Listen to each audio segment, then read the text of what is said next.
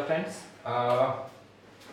ये particular video हमारे पास focus है 10th क्लास के chapter number 3 pair of linear equation in two variables. Basically video बनाने का जो मोटिव होता है डिफरेंट लोगों का डिफरेंट होता है। अलग अलग लोग अलग अलग काम के लिए अलग अलग पर्पस के लिए वीडियो बनाते हैं और मेरा जो पर्पस होता है वो सिंपली ये होता है कि बच्चों को उससे उस पर्टिकुलर बेनिफिट मिले, या हो सकता है कि वो पूरे चैप्टर को पूरे बुक को गो थ्रू ना करके एक पर्टिकुलर वीडियो 10, 15, 20 मिनट की एक वीडियो देखें और उस वीडियो में वो पूरे चैप्टर का ओवरव्यू निकाल लें। ओवरव्यू का मतलब क्या हुआ कि उस वीडियो से उन्हें एग्जैक्टली आइडिया लग जाए कि क्या क्या चीज़ें इस चैप्टर में हैं। हम अगर अपना पूरा टाइम, पूरा एक महीने हमारे पास टाइम नहीं है, हमें उसको गो थ्रू करना है बहुत जल्दी, बहुत कम समय के अंदर में, तो हमें क्या करना है, एक पर्टिकुलर वीडियो 20 मिनट की आपने देखी, आपका पूरा चैप्टर ओवरव्यू कंप्लीटली हो। वही काम मैं यहाँ पे करने जा रहा हूँ। मैं आपको पूरा का पूरा चैप्टर डिस्कस करूंगा इस वीडियो के अंदर में, और एक एक चीज़ के ऊपर मैं फोकस करूंगा कि मेरा पॉइंट जाए, मतलब हर चीज़ के ऊपर मेरा फोकस हो जो पूरे चैप्टर में डिस्कस की गई है सीबीएसई सिलेबस के अकॉर्डिंग में। अगर कुछ चीज़ें रह जाएंगी तो पहले फिर उसके लिए क्षमा प्रार्थी हूँ।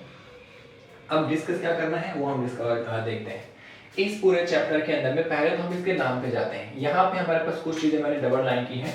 एक हमारे पास क्या है, पेयर। हमें मालूम है पेयर की बात करते हैं मतलब दो चीजें एक साथ में। लीनियर इक्वेशन की हम बात करते हैं तो हमने 8th क्लास में अलजेब्रिक एक्सप्रेशंस के अंदर में पढ़ा था वेरिएबल कांस्टेंट्स, और वहां पे हमने पढ़े थे क्या, उसकी पावर के बेसिस पे वो कैटेगराइज कैसे किए गए थे। पावर हमारे पास अगर 0 है तो कांस्टेंट पॉलिनोमियल, पावर 1 है तो लीनियर, पावर 2 है तो क्वाड्रेटिक एंड सो ऑन। यहाँ पे लीनियर है, दैट मींस हम यहाँ पे वेरिएबल की पावर 1 डिस्कस करेंगे। टू वेरिएबल्स दे रखा है तो जो भी इक्वेशंस यहाँ पे आएंगी वो दो वेरिएबल्स में आएंगी। इसका इंट्रोडक्शन पार्ट आपने 9th क्लास में किया था। 9th क्लास में भी हमारे पास यही चैप्टर था, पर वहां पे हमारे पास क्या था, linear equation in two variables. यहाँ पे क्या लगा हुआ हमारे पास, पेयर, दैट मींस यहाँ पे दो इक्वेशन एक साथ आएंगी।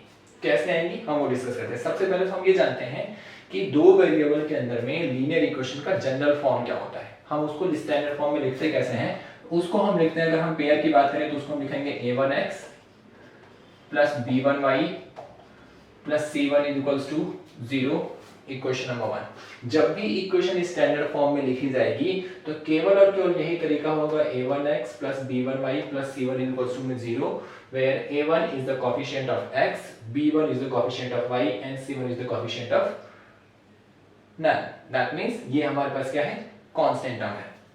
क्योंकि दूसरी इक्वेशन भी साथ में है, वेरिएबल हमारे पास अब यही दोनों रहेंगे, तो हम क्या करेंगे, बस ये जो कोएफिशिएंट है उसको हम चेंज करेंगे। दैट मींस ये आपके पास हो जाएगा a2x plus b2y plus c2 is equals to 0, equation number 2। जब दो हमारे पास सेम टाइप की चीजें हैं, सेम टाइप का मतलब क्या, दो के दोनों हमारे पास लीनियर इक्वेशंस हैं, दोनों के दोनों हमारे पास दो वेरिएबल के अंदर में है, दोनों को हमने स्टैंडर्ड फॉर्म में लिखा है। अब यहाँ पे चीजें क्या क्या ध्यान में रखनी है कि a1 और a2 coefficient, that means these are the numbers, these number can be integers, these number can be whole numbers, these numbers simply can say are real numbers। real number जो आपने चैप्टर नंबर 1 पढ़ा है 10th class में। Then हमारे पास क्या, b1 and b2, again these are the coefficient of y, c1 and c2 are the coefficient of none, that means these are the constant term, that means ये free of variables हैं। ये हमारे पास pair of linear equation in two variables की standard form है। ये तो हमारे पास हो गया इंट्रोडक्शन की, एग्जैक्टली इस टाइप की इक्वेशंस को हम पढ़ेंगे। ये जो इक्वेशंस लिखी हैं स्टैंडर्ड फॉर्म में लिखी हैं, आपने बहुत बार ऐसा लिखा होगा कि इक्वेशन आपके पास ऐसी लिखी होती है 2x 3y 7। ये एक्चुअली इक्वेशन टू वेरिएबल्स के अंदर में है, पर ये स्टैंडर्ड फॉर्म में नहीं है, क्योंकि स्टैंडर्ड फॉर्म में होने के लिए राइट हैंड साइड पे जो इक्वल साइन है उसके राइट हैंड साइड पे केवल और केवल 0 होना चाहिए, बाकी सारी चीजें हमारे पास लेफ्ट हैंड साइड पे, दैट इज 2x माइनस का 3y माइनस का 7 इज इक्वल टू 0। ये है इसकी स्टैंडर्ड फॉर्म। यहाँ पे जब हम इसको सॉल्यूशन करेंगे, लीनियर इक्वेशंस के सॉल्यूशन करेंगे, तो एक पर्टिकुलर हमारे पास मेथड ऐसा आएगा जहाँ पे उसको स्टैंडर्ड फॉर्म में कन्वर्ट करना हमारे लिए कंपल्सरी होता है। पर कुछ टीचर्स हैं या कुछ हमारे पास प्राइवेट बुक्स है, आप अभी कह सकते हैं कि प्राइवेट पब्लिकेशंस हैं जो इस चीज को अवॉइड करते हैं। मैं फिलहाल उस पर नहीं जाता, मैं एग्जैक्टली जो स्टैंडर्ड फॉर्म है उसकी बात करता हूँ। क्योंकि शॉर्टकट निकालने के हमारे पास बहुत सारे अलग अलग तरीके आ जाते हैं, हम शॉर्टकट की बात नहीं करें, जो हमारे पास बेसिक डिटेल मेथड है मैं उसकी बात कर रहा हूँ। अब ये तो हमारे पास हो गया इंट्रोडक्शन। अब हम ये देख लें कि हमें इस चैप्टर में क्या क्या चीजें करनी है। इस चैप्टर के अंदर में सबसे पहला जो पार्ट है वो तो हमारे पास क्या है, ग्राफिकल मेथड। ग्राफिकल मेथड से दो पेयर ऑफ लीनियर इक्वेशन को हम करेंगे सॉल्व। दूसरा हमारे पास जो चीज है वो है इसका अलजेब्रिक मेथड। अलजेब्रिक मेथड से हम इक्वेशन को सॉल्व करेंगे। अब ये जो हमारे पास अलजेब्रिक है ये फर्दर कैटेगराइज है किसमें, बेसिकली लीनियर इक्वेशन को सॉल्व करने के केवल दो तरीके, ग्राफिकल और अलजेब्रिक। पर ये जो अलजेब्रिक है ये हमारे पास सब कैटेगरी है इसकी। पहले वाले को हम क्या बोलते हैं, सब्स्टिट्यूशन मेथड। देन हमारे पास एक और आता है जिसको हम बोलते हैं एलिमिनेशन मेथड। और देन हमारे पास एक और आता है जिसको हम बोलते हैं cross multiplication.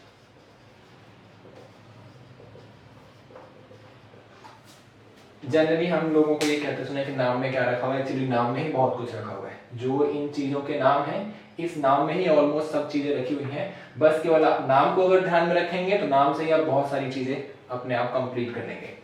Graphical method, algebraic, algebraic के तीन अलग अलग part, substitution, elimination and cross multiplication. अब मैं पहले डिस्कस करता हूं कौन सा हमारे पास, ये तो तीन चीजें हमारे पास हैं। इसके साथ एक चीज और है, वो हमारे पास क्या है, इसका एप्लीकेशन पार्ट।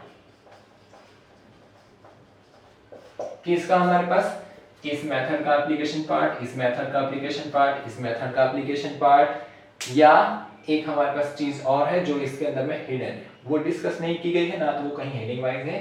बट उसमें आपको हमेशा याद रखनी है कि कोई सा भी मेथड अप्लाई करने से पहले आपको एक चीज जान लेनी है कि क्या इक्वेशंस के सॉल्यूशन निकलेंगे या नहीं निकलेंगे। उसके लिए हमारे पास एक तरीका होता है जिसको हम कहते हैं consistency of two linear equations, की क्या दो लीनियर इक्वेशन हमारे पास कंसिस्टेंट है या नहीं है। कंसिस्टेंट को हम चेक करते हैं, एक कंडीशन होती है वो भी डिस्कस करता हूं। पहले ये हम दोबारा एक बार देख लेते हैं, ग्राफिकल करना है हमें, अलजेब्रिक करना है, फिर हमें एप्लीकेशन पार्ट करना है इसका। अब जरा हम ध्यान देते हैं क्या क्या चीजें।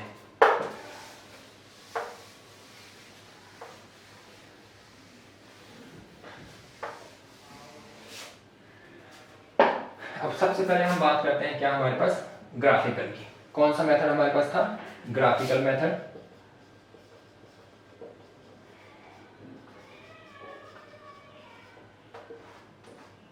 जैसा कि इसका नाम बता रहा है कि किसी चीज को हमें ग्राफ के थ्रू सॉल्व करना है, क्योंकि हम सॉल्यूशन की बात करें लीनियर इक्वेशंस की, तो ग्राफिकल मेथड के थ्रू हम इसको सॉल्व करेंगे। ग्राफिकल मेथड को क्या, जब हमने 9th क्लास के चैप्टर में किया था, मान लिया हमारे पास दे रखा था इक्वेशन 7x - y = 10। क्वेश्चन में आपका क्या गया था 9th क्लास की बात कर रहा हूं, मैं 10th की बात नहीं कर रहा हूं। 9th क्लास में क्वेश्चन में क्या गया था, फाइंड 3 सॉल्यूशंस, 4 सॉल्यूशन है 5 सॉल्यूशन। तो हम क्या करते थे, हम एक टेबल सी बनाते थे, यहाँ पे हम लिख लेते थे वेरिएबल, और यहाँ पे हम उसके निकालते थे डिफरेंट वैल्यूज। वही काम हमें यहाँ पे करना है ग्राफिकल मेथड के अंदर में। यहाँ पे हमारे पास पेयर ऑफ लीनियर इक्वेशन आएंगी, तो ये टेबल हमें 2 बार बनानी है। मान लिया एक इक्वेशन हमारे पास और हो गई, x - y = 7। अब इन दोनों इक्वेशन के लिए ये टेबुलर फॉर्म करेंगे हम, फिर हम उसके ग्राफ प्लॉट करेंगे। अब जरा पहले हम दोनों के लिए एक बार टेबल सॉल्व करके देख लेते हैं। एक चीज आपको और ध्यान में रखनी है यहाँ पे कि जब आप इसके सॉल्यूशन करें, करने के लिए आप केवल 2 से काम कर सकते हैं, केवल 2 से ही आपका काम हो जाएगा। बट मैं कभी ये नहीं कहूंगा केवल 2 के ऊपर आप डिपेंडेंट रहें, तीसरा सॉल्यूशन जरूर रखें। तीसरा सॉल्यूशन आपको खुद ही क्रॉस चेक कर देगा कि आपका आंसर जो आपने सॉल्यूशन निकाले हैं वो सॉल्यूशन सही है या फिर नहीं सही है। कैसे, क्योंकि अगर मान लो गलती से आपने सिंपलीफाई किया, 2 पॉइंट्स हमारे पास कहीं भी आप ले लो, यहाँ पे ले लो या फिर यहाँ पे ले लो, हमेशा वो एक स्ट्रेट लाइन में आपको ड्रॉ करेगी, और जब तक आपको स्ट्रेट लाइन मिलती रहेगी हमेशा आपको लगेगा आपका सॉल्यूशन सही है। बट होता क्या है कि अगर तीसरा पॉइंट आएगा और गलती से आपने ये वाला पॉइंट यहाँ पे ड्रॉ कर लिया है और तीसरा पॉइंट आपके पास यहाँ पे आ रहा है, तो लाइन तो हमारे पास ऐसी जानी थी पर आपकी लाइन ऊपर जा रही है, तो इसका मतलब आपको क्रॉस चेक करना है अपने सॉल्यूशन को कि क्या मैंने ये वाला पॉइंट सही निकाला है या फिर ये वाला पॉइंट सही निकाला है या फिर ये वाला पॉइंट सही निकाला है, या फिर हमारे पास 3 के तीनों गलत हैं। इस चीज को क्रॉस चेक करने के लिए मैं तीसरा सॉल्यूशन हमेशा साथ लेके चलता हूँ। ये बहुत बार हेल्प करता है अपने आंसर को खुद से क्रॉस चेक करने में। ठीक है, अब जरा हम पहले इसको सॉल्व करते हैं। अब इसको सॉल्व करने के लिए एक चीज आपको और ध्यान रखनी है। क्या ध्यान रखनी है, 9th क्लास में हमने एक चीज और किया था, डिपेंडेंट और इंडिपेंडेंट फॉर्म। अब ये क्या चीज है हमारे पास, डिपेंडेंट और इंडिपेंडेंट फॉर्म ये होती है कि इस इक्वेशन को हम कन्वर्ट करेंगे किसी एक के डिपेंडेंट और किसी एक के अनडिपेंडेंट, मतलब इंडिपेंडेंट, सॉरी इंडिपेंडेंट का मतलब क्या है कि हम इस इक्वेशन के अंदर में एक वेरिएबल को रखेंगे लेफ्ट हैंड साइड में इक्वल साइन के, बाकी सारी चीजें उठा के हम रख देंगे राइट हैंड साइड में। जैसे अगर मैं इसको सिंप्लीफाई करने की बात करूं तो यहाँ पे y उस साइड जाएगा तो प्लस का हो जाएगा, इस इक्वेशन को हम सॉल्व कर रहे हैं, ये हमारे पास हो जाएगा 7x में 10 प्लस वाई, यहाँ से जब मैं x की वैल्यू निकाल लूंगा तो हो जाएगा 10 प्लस वाई अपॉन में 7। अब यहाँ पे मैं इसको बता दूं एग्जैक्टली ये कौन सी फॉर्म है। यहाँ पे ये डिपेंड किसके ऊपर है, x की वैल्यू डिपेंडेंट है, y की वैल्यू इंडिपेंडेंट है, क्योंकि यहाँ पे y की वैल्यू कुछ भी आप पुट करने के लिए फ्री है। तो y हमारे पास यहाँ पे इंडिपेंडेंट वेरिएबल है और x हमारे पास क्या है, dependent variable, that is because it is depending on the value of x, so it is known age dependent variable and this one is independent variable. Exactly यही काम हम यहाँ पे करेंगे और यहाँ पे जब कन्वर्ट करेंगे तो ये सिंपली हो जाएगा x इज इक्वल्स टू में 7 प्लस वाई। जरूरी नहीं कि दो के दोनों इक्वेशन को आप x के डिपेंडेंट या x के इंडिपेंडेंट करें, आप किसी को भी कन्वर्ट कर सकते हैं, जो आपको कन्वीनियंट हो, जो इक्वेशन में कन्वीनियंट हो हम वो सॉल्व करते हैं। अब यहाँ पे आपके पास चॉइस है कि y की हम इनफाइनाइट पूरे रियल नंबर के अंदर में कोई भी वैल्यू पुट कर सकते हैं, जो जो वैल्यू पुट करते जाएंगे हर y की वैल्यू के लिए x हमारे पास निकलता जाएगा। जिन जिन वैल्यू के लिए हमारे पास आता जाएगा उसको हम यहाँ टेबल में पुट करते जाएंगे। कैसे, मान लिया मैंने यहाँ पे y की वैल्यू कितनी ले ली, -3। माइनस का 3 क्यों लिया, क्योंकि 10 में से जब मैं 3 माइनस करूंगा 7 आएगा, वो इजीली हमारे पास कैंसिल आउट हो जाएगा। तो मैंने y की वैल्यू यहाँ पुट कर ली कितनी, -3, और जब माइनस का 3 पुट कर दिया तो आपके पास कितना आ जाएगा, ये आपके पास बन जाएगा 10 माइनस का 3 अपॉन में 7, दैट इज 7 अपॉन में 7 व्हिच इज इक्वल्स टू में 1। तो x हमारे पास कितना आ गया, 1। एक सॉल्यूशन निकल गया। दूसरा निकाल लेते हैं। दूसरे के लिए यहाँ पे मैंने क्या लिखा, अगर मैं y की वैल्यू 4 पुट कर लूं, यहाँ पे अगर मैं y की वैल्यू 4 पुट कर लूं तो हो जाएगा 10 प्लस 4 अपॉन में 7, दैट इज 14 अपॉन में 7 व्हिच इज इक्वल्स टू में 2। ठीक है, y की वैल्यू मैंने कितनी पुट कर ली, 4, x हमारे पास कितना आ गया, 2। दो सॉल्यूशन निकाल लिए। तीसरा सॉल्यूशन निकालने का सबसे आसान तरीका, y को 0 पुट कर लो। y को हमने कितना पुट कर दिया, 0, तो ये जब हमारे पास 0 हो जाएगा सिंपली आपके पास कितना बचेगा, 10 प्लस 0 अपॉन में 7 व्हिच इज इक्वल्स टू में 10 अपॉन में 7। इसको मैं डेसिमल या मिक्स फ्रैक्शन में नहीं करने जा रहा हूँ, डायरेक्टली यही लिख रहा हूँ 10 अपॉन में 7। आपसे पहले इक्वेशन के 3 सॉल्यूशन आपने निकाल लिए। अब हम ये काम करते हैं सेकंड में। सेकंड में बहुत आसान है, पहले आपने y को 0 पुट कर दिया, x कितना आ गया 7, 1 पुट कर दिया कितना आ गया 8, आपने 2 पुट कर दिया कितना पास आ गया 9। मेरे ख्याल से आपको ये सॉल्व करके दिखाने की रिक्वायरमेंट नहीं है, डायरेक्टली आप यहाँ पे y की वैल्यू पुट करते जाएंगे, 0, 1 और 2 सॉल्व करते जाएंगे, हमारे पास 7, 8 और 9 आ जाएगा। अब आपने दो की दोनों इक्वेशन से उसकी टेबल हमारे पास कंप्लीट कर ली। अब इस टेबल को पॉइंट वाइज ग्राफ में प्लॉट करना है, क्योंकि यहाँ पे हमारे पास एग्जैक्टली प्लॉट करना कन्वीनियंट नहीं है। मैं आपको बता देता हूँ फिर भी। क्या किया आपने, y एक्सिस, x एक्सिस, ये ध्यान रखना कि जब भी एग्जाम में हो तो आपको एक्सिस मेंशन करनी कंपलसरी है। दूसरी चीज आपको क्या मेंशन करना कंपलसरी है, स्केल। स्केल दोनों एक्सिस का डिफरेंट, क्योंकि हो सकता है कि x एक्सिस की वैल्यू बहुत छोटी आ रही हो, y की एक्सिस की वैल्यू हमारे पास बहुत बड़ी आ रही हो। तो आप क्या करेंगे, जिस एक्सिस की वैल्यूज हमारे पास बहुत बड़ी आ रही है उसका स्केल हम थोड़ा सा बड़ा कर लेंगे, जिसकी छोटी आ रही है उसका स्केल हम छोटा कर लेंगे। वो हमारे कन्वीनियंट के हिसाब से, वो कोई कंपल्सेशन नहीं है। जो आप स्केल आपने दे रखा है उसके हिसाब से आपका आंसर आएगा, उसमें कोई हमारे पास प्रॉब्लम नहीं है। अब इसको हमें क्या करना है, इस वाली इक्वेशन में y की वैल्यू -3 नीचे जाएगा, x कितना हमारे पास, यहाँ पे हमारे पास कितना है, y की वैल्यू मान लिया 1 2 3 -3, x कितना 1, पहला पॉइंट आ गया। फिर हमारे पास कितना, y की वैल्यू 4, x की वैल्यू 2, 4 और कितना हमारे पास आ गया 2 तकरीबन यहाँ पे, और फिर हमारे पास कितना 0 और 0 हमारे पास यहाँ पे वैल्यू, और ये हमारे पास कितना 10/7 का मतलब 1 पॉइंट समथिंग जाएगा, ये हमारे पास तकरीबन नीचे आएगा और ये हमारे पास तकरीबन यहाँ पे आ जाएगा। इसको हमने क्या कर देना है, पॉइंट्स को ज्वाइन कर देना है। एग्जैक्टली यही काम करेंगे हम उसके लिए, उसको भी हम पॉइंट करेंगे, प्लॉट करेंगे, जहां पे दो के दोनों ग्राफ्स हमारे पास, मान लिया कुछ ऐसा जा रहा है और इस पर्टिकुलर पॉइंट पे वो कट कर रहे हैं, जिस पर्टिकुलर पॉइंट पे वो कट कर रहे हैं वही हमारा क्या है, सॉल्यूशन। किसका, इन दोनों इक्वेशन का कंबाइंड फॉर्म है। मतलब क्या हुआ, अगर केवल आपके पास एक इक्वेशन दे रखी है, आपके पास infinite value of x and infinite value of y, आप कुछ भी पुट करके निकाल सकते हैं। आप टेबल ये कंप्लीट करते जाइए, जितना भी आपके पास स्पेस है, चाहे वो पेज पे चाहे आपके पास बोर्ड पे। लेकिन अगर हमारे पास दो इक्वेशन आ गई तो दो इक्वेशन में हमारे पास कंडीशन है, या तो एक यूनिक सॉल्यूशन आएगा या तो कोई भी सोल्यूशन नहीं आएगा या तो इनफाइनाइट आएगा। वो कंडीशन अभी इसके बाद में डिस्कस करता हूं।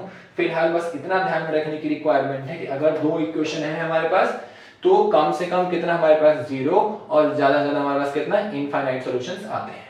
ठीक है, ये चीज आपको मेरे ख्याल से समझ में आ गई होगी। अगर फिर भी कुछ डाउट हो एक बार रिवाइंड कर ले, फॉरवर्ड कर ले, बैकवर्ड कर ले, उसके हिसाब से आपको समझ में आ जाएगा। जहां जहां पे आपको लगे कि यहाँ पे समझने की रिक्वायरमेंट है और अगर कहीं भी लग जाए तो प्लीज आप बता देना कि एग्जैक्टली इस पॉइंट मुझे समझ में नहीं आया, दोबारा बता सकते हैं। ठीक है, अब हम चलते हैं इसके अगले वाले पार्ट पे।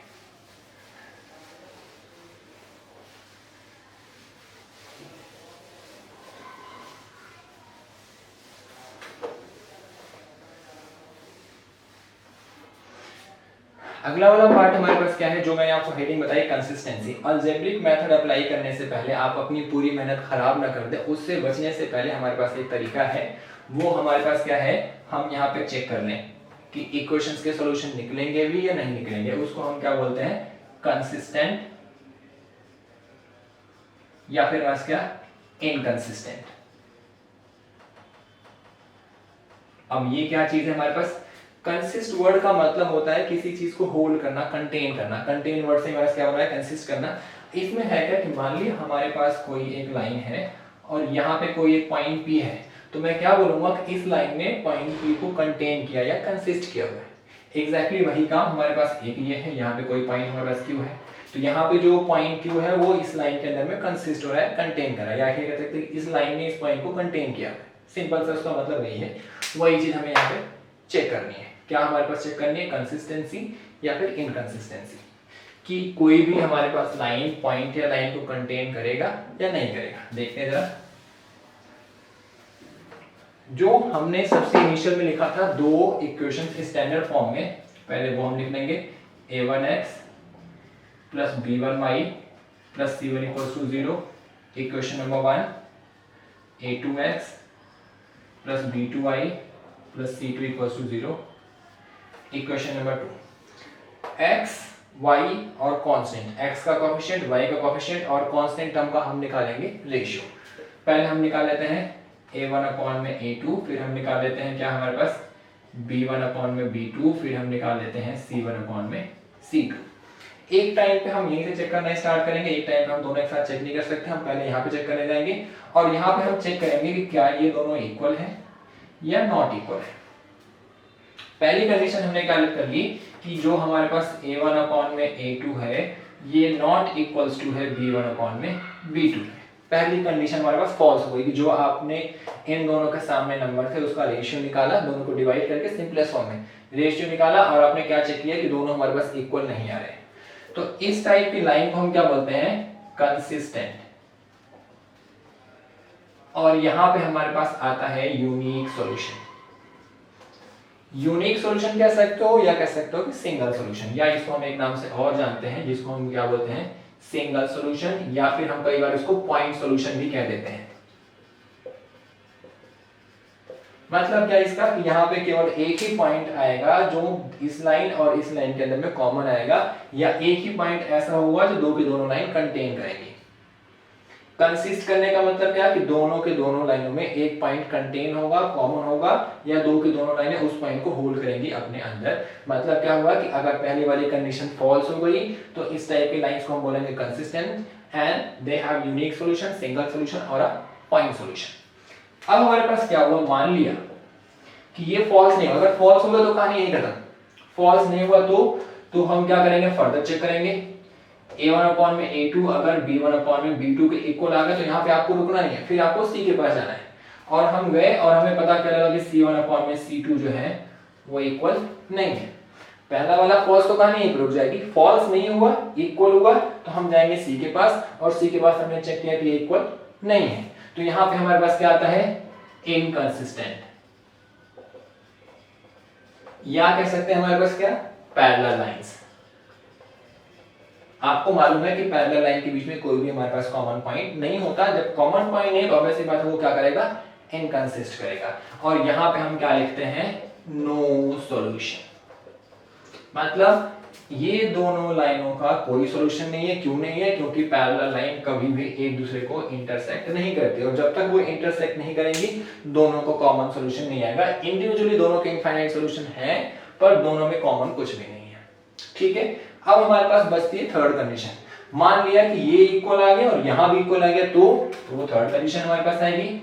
थर्ड कंडीशन में क्या आया कि a1 अपॉन में a2 तो इक्वल आ गया b1 अपॉन में b2 के, पर ये भी इक्वल आ गया किसके हमारे पास c1 अपॉन में c2 के। मतलब क्या हुआ कि a1 a2 b1 b2 c1 c2 तीन का तीनों रेशियो आपस में इक्वल आ गया। तो इस टाइप का हमारे पास जब कंडीशन आ जाती है तो इसको भी हम क्या बोलते हैं? कंसिस्टेंट। और यहां पे हमारे पास क्या आता है? Infinite solution. मतलब क्या कि एक लाइन दूसरे लाइन को सुपर इंपोज करेगी, क्या कह सकते हैं कि ओवरलैप करेगी। एक लाइन अगर हमारे पास ये जा रही है तो दूसरी लाइन एग्जैक्टली इसी के ऊपर से होकर जाएगी।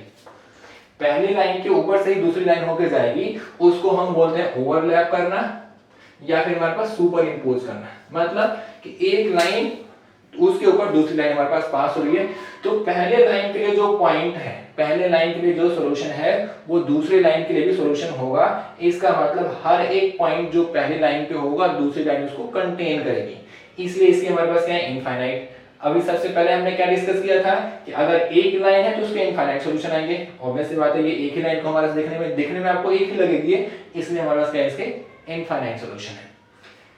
अलजेब्रिक मेथड सॉल्व करने से पहले आपको ये तीन की तीनों कंडीशन चेक करनी है। अगर ये तीन की तीनों कंडीशन हमारे पास आपको पहले से पता लग जाती हैं, तब तो आप फर्दर जाएंगे, वो तीन की तीनों मेथड कोई सा अप्लाई करेंगे या नहीं करेंगे। मान लिया हमारे पास ये यहीं पे फॉल्स हो गई, हम इस कंडीशन पे पहले पहुंच गए, सॉल्व करने से पहले हम इस कंडीशन पे पहुंच गए, हमें मालूम है कि इसका कोई सॉल्यूशन निकलेगा नहीं, खाम क्यों उसमें जाए, पूरी की पूरी सॉल्यूशन निकाले। सिंपली हम क्या बोलेंगे? देयर इज नो सॉल्यूशन, कहानी खत्म यहीं पे। अगर मान लिया हमारे पास ये वाली कंडीशन आती है, तब भी हम नहीं लिखेंगे। क्यों नहीं लिखेंगे? क्योंकि हर वो पॉइंट जो पहली वाली लाइन का सॉल्यूशन है दूसरी का भी सॉल्यूशन होगा, उसमें भी आपको सॉल्व नहीं करना। केवल एक ही लाइन के ऊपर में जितने पॉइंट्स आते जाएंगे निकालते जाएंगे, दूसरी का हमारे पास ऑटोमेटिकली वो सॉल्यूशन होगा। केवल पहली वाली जो कंडीशन है, इस वाली कंडीशन के अंदर में आपको करना है वो सॉल्व। ठीक है, अब उसको सॉल्व कैसे करना है? जो तीन मेथड अभी हमने लिखे थे, अलजेब्रिक के तीन सब पार्ट हमारे पास, अब हम जरा उसको डिस्कस करते हैं वन बाय वन। ठीक है, ये वाली चीज अगर आपको नोट डाउन करनी है तो ये हमारे पास इंपॉर्टेंट है। इसके ऊपर में ऑलमोस्ट मतलब 90 to 95% श्योरिटी होती है इन तीनों कंडीशंस में से एक कंडीशन के ऊपर में हमारे पास एक क्वेश्चन आता है, और वो क्वेश्चन हमारे पास 2 नंबर या फिर 1 नंबर का हो सकता है। डिपेंड करता है कि हमारे पास किस टाइप का उसका लेवल दे रखा है, हार्डनेस लेवल उसकी क्या है हमारे पास क्वेश्चन की, उसके हिसाब से 2 या 1 नंबर का क्वेश्चन आता है। किस टाइप का क्वेश्चन आएगा वो डिस्कस करेंगे हमारे पास लेटर ऑन। ठीक है ना, फिलहाल के लिए अभी हम जो कॉन्सेप्ट की बात कर रहे हैं। अब जरा हम चलते हैं लास्ट पार्ट में।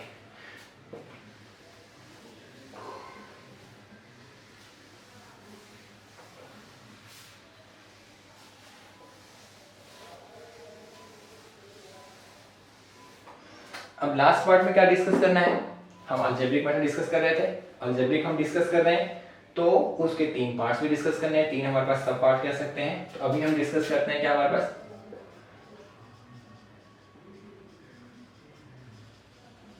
Algebraic method of solving of pair of linear equations. इसके हमारे पास 3 सब पार्ट, हम पहले पार्ट की बात कर रहे हैं। पहला पार्ट हमारे पास कौन सा था? एक बार रिमाइंड करते हैं, वो हमारे पास क्या था? Substitution method.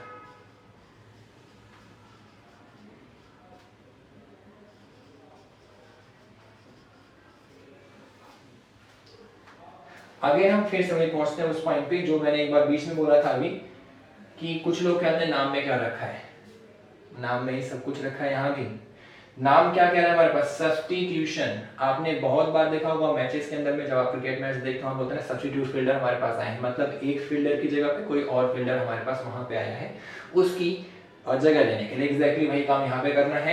यहाँ भी हम मेथड अप्लाई करेंगे, 2 वेरिएबल हमारे पास है, तो एक वेरिएबल को हम दूसरे वेरिएबल से करेंगे सब्स्टिट्यूट, रिप्लेस। एग्जैक्टली वही काम हमारे पास यहाँ पे करना है। अब जो हमारे पास अभी इससे पहले मैं एक क्वेश्चन लिखी थी, हम उसी क्वेश्चन के सॉल्यूशन निकालने की कोशिश करते हैं। एक क्वेश्चन हमारे पास क्या थी एग्जैक्टली मुझे शायद रिवाइंड नहीं है, फिर भी मैं कोशिश करता हूँ। -y = 10 पहली क्वेश्चन थी, और यहाँ पे हमारे कितनी थी? x - y = 7। ये हमारे पास क्या? दूसरी इक्वेशन। अब इस इक्वेशन का हम आंसर निकालते हैं बाय सब्स्टिट्यूशन मेथड। एक से जो हम आंसर निकालेंगे सेम टू सेम इक्वेशन नहीं रखेंगे और तीन के तीनों मेथड अप्लाई करेंगे, हमारा अपने आप आंसर क्रॉस चेक हो जाएगा कि जो आंसर पहले से आ रहा है वही आंसर दूसरी से आ रहा है, वही आंसर हमारे क्या तीसरी से आ रहा है। अब लाइफ हम सॉल्व करते हैं। यहाँ पे भी आपकी चॉइस कि आप इस इक्वेशन से सॉल्व करना चाहते हैं या इस इक्वेशन से सॉल्व करना चाहते हैं, x की वैल्यू निकाल के सॉल्व करना चाहते हैं या y की वैल्यू निकाल के सॉल्व करना चाहते हैं, सब कुछ आप पे डिपेंड है। या ये कह सकते हैं सब कुछ क्वेश्चन की हार्डनेस पे डिपेंड है कि किस इक्वेशन से क्या चीज निकालना आसान है। अगर मैं ध्यान से ऑब्जर्व करूं तो इस इक्वेशन से x की वैल्यू निकालनी बहुत आसान है। क्यों? क्योंकि अगर मैं यहाँ पे केवल x की वैल्यू निकालूंगा तो कितना हो जाएगा ये 7 + y। अब जो आपने ये x की वैल्यू निकाली है सेकेंड इक्वेशन से, सेकेंड में आप पुट नहीं कर सकते क्योंकि आपने वहीं से इसको फाइंड आउट किया है, तो हम किस में पुट करेंगे? फर्स्ट वाले के अंदर में। क्या पुट करना है? x को सब्स्टिट्यूट कर देना है उसकी वैल्यू से। कैसे? ये हमारे पास हो जाएगा 7, तो हमारे पास नंबर था बाहर, x की वैल्यू हमारे पास कितनी है 7 + y माइनस का y = 10। जो वैल्यू आपने निकाली जिस वेरिएबल की, दूसरी इक्वेशन से उस वेरिएबल की वैल्यू पहले वाली इक्वेशन के अंदर में सब्स्टिट्यूट कर देनी है, रिप्लेस कर देनी है, फिर सिंपलीफाई करना है। फिर हमारे पास बन जाएगा बहुत आसान सा क्वेश्चन, बच्चों वाला क्वेश्चन जो आपने 8th क्लास के चैप्टर में किया था, linear equation in one variable. अब इसको जब हम फर्दर सॉल्व करेंगे, ये कितना हो जाएगा 49 + 7y माइनस का y = 10। दोनों y हमारे पास लाइक टर्म्स हैं, ये हमारे पास लाइक टर्म है, ये इधर जाएगी। यहाँ पे आपके पास कितना बचेगा ये 6y, यहाँ पास कितना हो जाएगा 10 माइनस का 49। यहाँ पे आपके पास कितना बचेगा ये 6y माइनस का 39, y की वैल्यू माइनस का 39/6। ये अभी हमारे पास फर्दर रिड्यूस होगा किससे? हमारे पास 3 से। कितना हमारे पास माइनस का 13 कितना हमारे पास 2। x की वैल्यू कितनी आपके पास आ गई माइनस का 13/2। अब इसको कहां हम रिप्लेस करेंगे? जो आपने x की वैल्यू निकाली थी डिपेंडेंट और इंडिपेंडेंट के फॉर्म में। यहाँ पे आपने निकाली थी x की वैल्यू y के डिपेंडेंट, अब यहाँ पे ला जाके हम y की वैल्यू पुट कर लेते हैं। तो x हमारे पास बाई डिफॉल्ट आ जाएगा, कितना हो जाएगा ये 7। कितनी वैल्यू थी हमारे पास प्लस का माइनस का 13/2। एलसीएम लेके जब इसको सॉल्व करेंगे तो जाएगा 14 माइनस का 13/2 दैट इज 1/2। दो की दोनों इक्वेशन का कंबाइंड सॉल्यूशन क्या आया हमारे पास 1/2 माइनस 13/2। ये है हमारे पास क्या इसका आंसर। मतलब ये जो वैल्यू है 1/2 और माइनस का 13/2, ये दो की दोनों इक्वेशन को एक साथ सेटिस्फाई करेगा या दो की दोनों इक्वेशन के सॉल्यूशन की तरह काम करेगा। अगर मैं ये वैल्यू इसमें पुट करूंगा 10 आ जाएगा, इसमें पुट करूंगा तो 7 आ जाएगा। आपको अगर चेक करना तो आप डायरेक्टली यहाँ पुट करके देख सकते हैं। जब मैं यहाँ पुट करूंगा 1/2 माइनस माइनस कितना हो जाएगा प्लस का 13/2, दोनों का बेस बराबर है 2, 1 + 13 कितना पास 14, 14/2 कितना पास 7। इसको कहते हैं हम सब्स्टिट्यूशन मेथड। सब्स्टिट्यूशन मेथड के अंदर में किसी भी एक इक्वेशन से निकालनी है किसी एक वेरिएबल की वैल्यू, उस वेरिएबल की वैल्यू को हम रिप्लेस कर देंगे दूसरी वाली इक्वेशन में। पूरा का पूरा इक्वेशन हमारे पास सेकंड वेरिएबल में कन्वर्ट हो जाएगा, linear equation in one variable बन जाएगा। उसको हम सॉल्व कर लेंगे, जो वेरिएबल की वैल्यू आएगी वो हम पुट कर देंगे जो हमने निकाला था डिपेंडेंट और इंडिपेंडेंट के फॉर्म में। ये चीज क्लियर हो गई है मेरे ख्याल से। अगर ना क्लियर हुई प्लीज एक बार बैकवर्ड जाएंगे, दोबारा इसको प्ले कर लेंगे, समझ में आ जाएगी। ठीक है, अब हम चलते हैं सेकंड पे।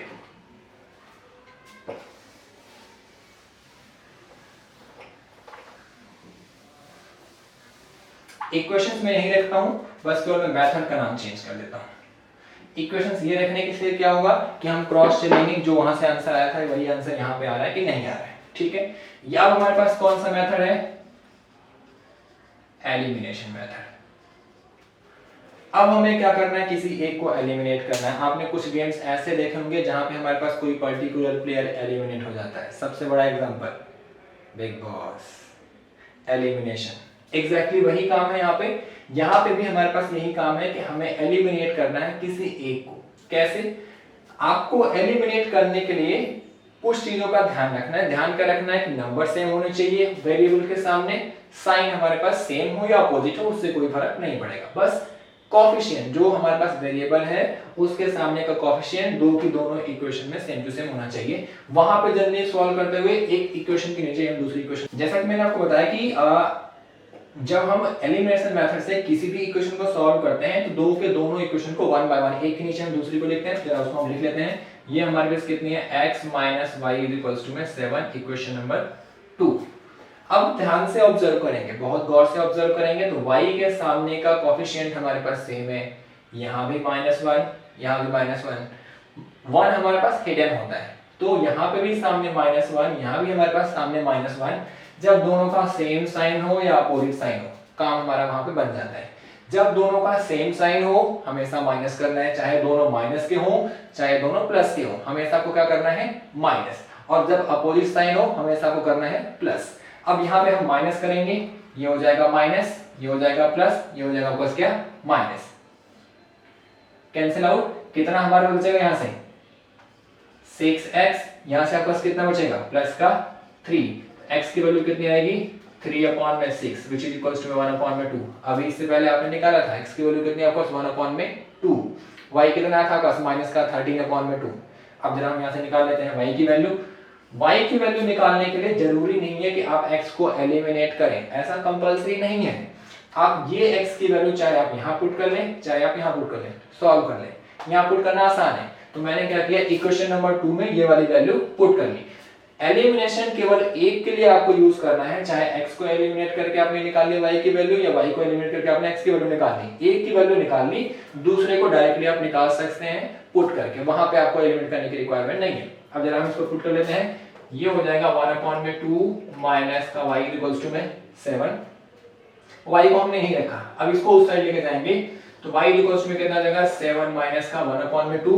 अगर हम क्या करेंगे, एलसीएम लेके सॉल्व करेंगे तो माइनस का y इक्वल्स टू में 14 माइनस का 1/2 व्हिच इज इक्वल्स टू में 13/2। हमें y की वैल्यू चाहिए, माइनस का साइन उस साइड, तो y की वैल्यू आपको कितनी आ गई माइनस का 13/2।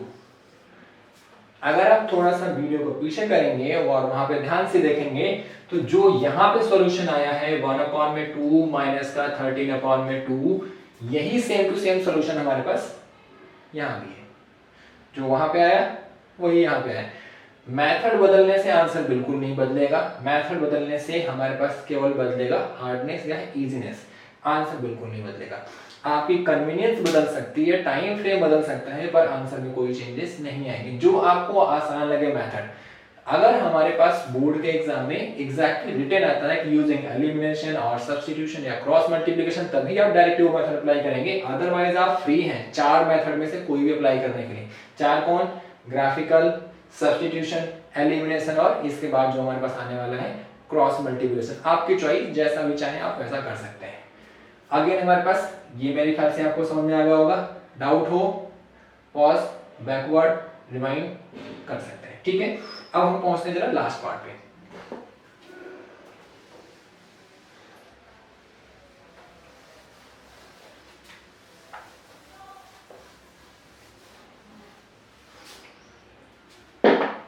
ये हमारे पास है थर्ड हमारे पास क्या है,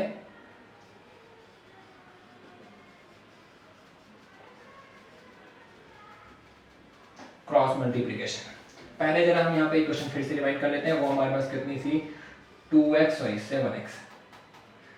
7x माइनस का y इक्वल्स टू में 10, ठीक है। इनिशियली जब मैंने आपको मेथड बताया था, जब मैंने आपको ये बताया था एग्जैक्टली कि ये जो हमारे पास है स्टैंडर्ड फॉर्म में लिखने की रिक्वायरमेंट क्या है, आप ऐसे भी लिख सकते हैं। हर बार स्टैंडर्ड में क्यों लिखने की रिक्वायरमेंट है, इस मेथड के लिए रिक्वायरमेंट है। जब आप क्रॉस मल्टीप्लिकेशन मेथड अप्लाई करेंगे तो आपको इक्वेशन को रिक्वायर्ड कह सकते हैं, कंपल्सरी तो मैं बिल्कुल नहीं कहूंगा। क्यों नहीं कहूंगा, क्योंकि जरूरी नहीं है कि आप अगर एक मेथड से सॉल्व कर रहे हैं दूसरा मेथड हमारे पास सही नहीं है, दूसरा मेथड भी सही हो सकता है बशर्ते उसके हर लॉजिकल स्टेप्स करेक्ट हो। एग्जैक्टली वही काम आपको यहाँ पे करना है। मैं आपको जो हमारे पास स्टैंडर्ड एक्सेप्टेड है मैं उसकी बात करूंगा, एग्जैक्टली उस वाले पे हम चलते हैं। क्या करना है, हम जब इसको कन्वर्ट करेंगे स्टैंडर्ड फॉर्म में तो हो जाएगा 7x माइनस का y माइनस का 10 इक्वल्स टू 0, इक्वेशन नंबर 3।